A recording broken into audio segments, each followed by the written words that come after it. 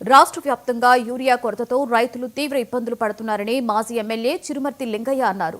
రైతులు రోజుల తరబడి ఎరువుల కోసం క్యూలో నిలబడి అవస్థలు పడుతున్నారని, ఈ పరిస్థితి పూర్తిగా ప్రస్తుత కాంగ్రెస్ ప్రభుత్వ వైఫల్యానికి నిదర్శనమని విమర్శించారు. కాంగ్రెస్ పార్టీ అసమర్థ పాలన వల్లే రాష్ట్రంలో యూరియా కొరత ఏర్పడిందని ఆరోపించారు.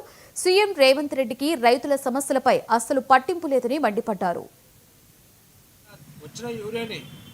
సక్రమంగా రైతులకు ఇవ్వకుండా అలానే కొంతమంది పైరవకారులకి, కొంత ఎక్కువ మొత్తంలో కాంగ్రెస్ పార్టీ నాయకులకి, మిగతా ఏమైనా ఉంటే కొంత మేరకు బయట పెట్రోల్ షాపులకి, ప్రైవేట్ కంపెనీలకి మరి దళారు వ్యవస్థగా మారి ఈరోజు యూరియన్ బ్లాక్ మార్కెట్లు అమ్ముకునే పరిస్థితి. ఇలా 266 ఉన్న బస్సుని 450, 400 రూపాయలు, 500 దాకా కూడా అమ్మే పరిస్థితి వచ్చిందంటే ఈ దళారు వ్యవస్థ ఏ రకంగా ప్రోత్సహిస్తున్న రేవంత్ రెడ్డి ప్రభుత్వం అనేది స్పష్టంగా కనబడుతుంది.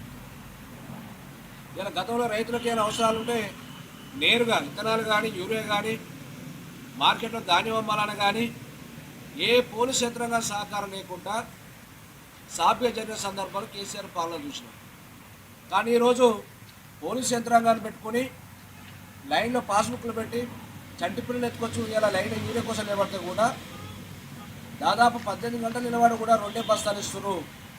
కొంతమేరకే లైన్లో వచ్చిన 300-400 మంది రైతులు ఉంటే అందులో 100 మందికి ఇచ్చి మిగతా 300 మందిని పొద్దుదాకా కాపురం ఉంటే సాయంత్రం ఇంటికి పంపించే కార్యక్రమం.